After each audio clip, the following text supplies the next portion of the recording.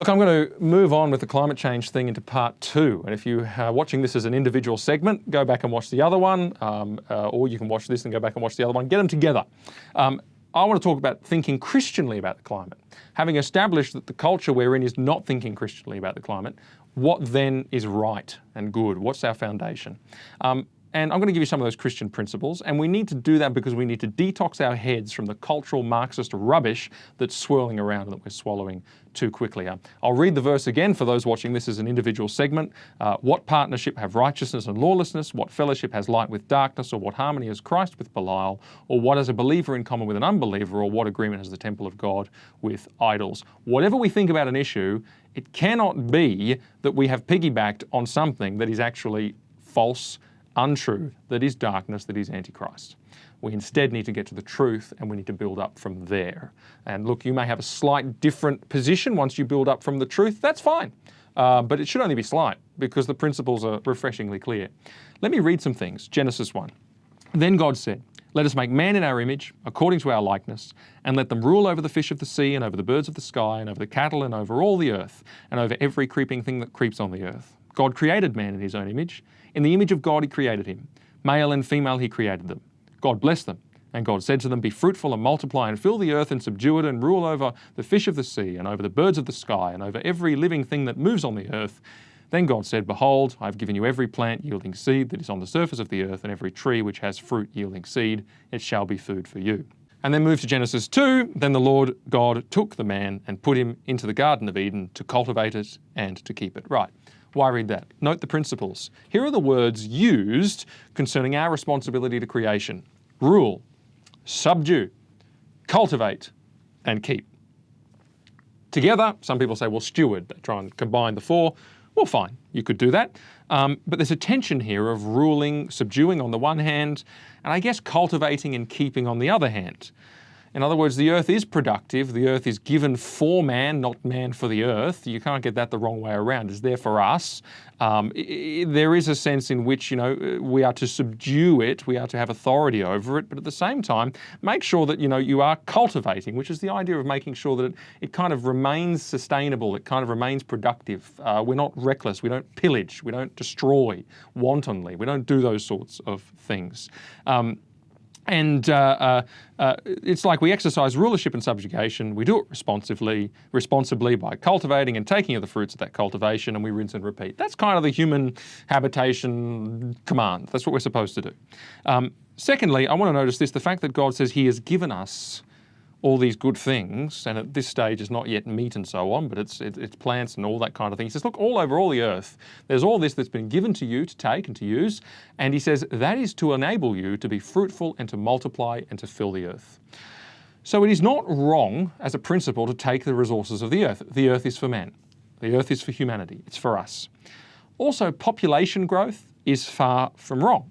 In fact, we have an individual responsibility to be fruitful and multiply and fill the earth. That command is clear, and the service of the earth in the fulfillment of that command is clear. So let's get that bit clear. Then we turn to Genesis 8. Note there's a bit of a personal responsibility aspect on the stewarding thing, although that's not quite the word, but let's just leave it at that. Turn to Genesis 8.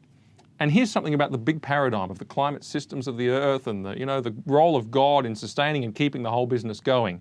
Very powerful words. The Lord said to himself, "I will never again curse the ground on account of man, for the intent of man's heart is evil from his youth. And I will never again destroy every living thing as I have done.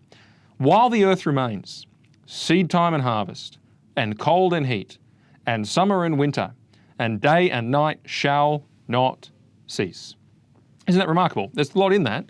Seed time and harvest, the production of the food and the movements of that kind of cultivation, the cold and the heat, the fact that the temperatures will change, summer and winter, seasonal variations, day and night. He's saying there's actually a role of God's sustaining providence that keeps those things within parameters in check. That's very powerful, and that's very important. It's been much hotter on the earth than it is today. It's been much hotter, and it's been much colder in history on the earth than it is today. But through it all, God's sustaining hand has been there. And any seasonal variations have actually continued. And food production over the long term, in the paradigmatic sense of this, over the long term, has been sustained. And temperature variations have regulated and continued to regulate. I mean, we're here today after all this time. And there has been no apocalypse in the hands of the natural elements. God's sustaining providence is crucial to our understanding of this world and understanding of the environmental patterns of this world. When things are ultimately out of our control, which they are, the past variances before we could have had a serious impact prove that it's out of our control, well, for those things we know that there is an answer, and it is God's sustaining providence. You know, I've said this before, if you pick through Romans 1 and you see there basically the symptoms of a society that's rejected God, it's really interesting to me that one of the things that they do, one of the things people do, is they basically reject God, they deny his existence, they cast him off, and then what happens is they tend to get like too big for their boots. They pretend that they have more authority and responsibility than they really have, and it leads them into all kinds of pain and horror. One thing they do, says Paul, is they pretend any kind of sexuality is normal, natural and fine. Where he says your biology tells you that's not quite right. But no, what we are now is we're creators. We're the same as God. We decide what's good, and creation itself doesn't matter. We can rewrite the rule book. You know, today we see it in the trans thing, you know, where, oh, because of the way I feel in my head, I'm actually a woman. Well, of course I'm not. I'm the creator now. I can pretend that I have God's job in making male and female. What's right and wrong, what's good and evil. One of the manifestations of this, I really believe, is this idea, in fact, that we can control the paradigm in the earth that is actually in God's sovereign hands. We actually think in our madness that which is so far beyond us, that which is so much more powerful than we could ever hope to, you know, seize control of, we think that we can actually make a serious difference. Of course we cannot. People turn around to me at this point and they say, well, what about the fall? You know, surely that's messed the whole thing up. That changes everything. Sort of. Jesus did say that there would be droughts. He said there'd be famines. He said there'd be pestilences, there'd be earthquakes and all manner of natural challenges in this troubled world because of the fall until he returns. That's guaranteed. That's going to happen. And the fall does mean, the fall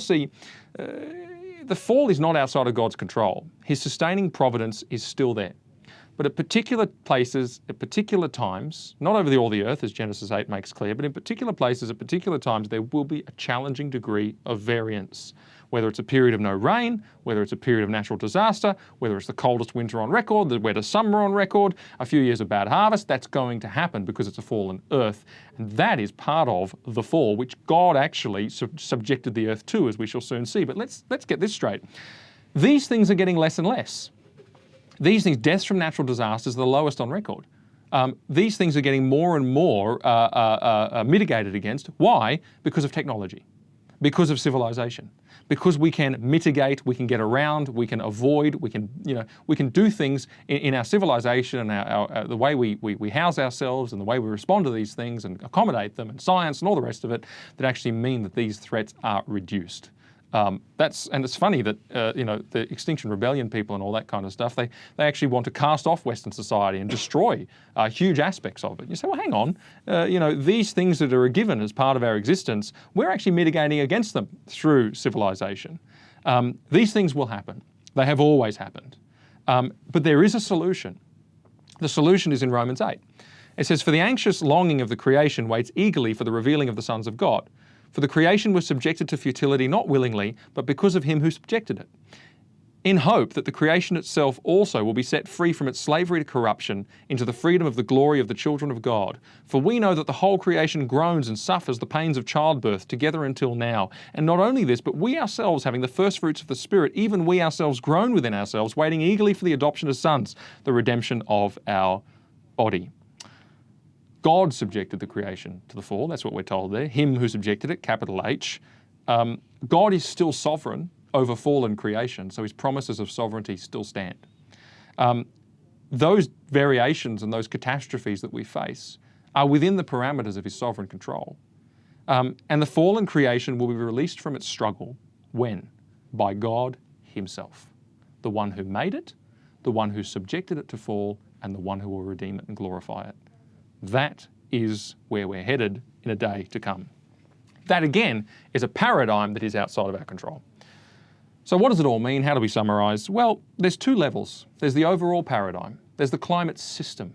There's the fact that things go up and go down. There's the fact that things change. There's the fact that calamities come and go. There's the fact that creation needs redemption. There's the fact that there are huge systems of climate and weather and cosmology that are way beyond our control. Well, that's God's business. It's always been God's business. He promises in his sustaining authority and providence as creator to look after that. And really, after all these years of predictions and who knows what's, we're still there. We're still there. Secondly, though, there's that more granular, that more specific, that personal responsibility level, where there is a sense in which we shouldn't mistreat the world. And that is in tension with the fact that we are to multiply and fill the world and we are to use its resources, but we shouldn't mistreat it. And so I say, my position on this is please, recycle.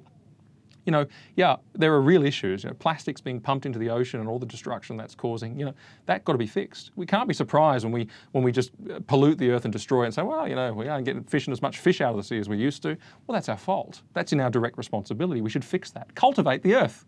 And so there are things that we need to do in our personal lives and in personal responsibility that are very important, which actually are part of our creation mandate.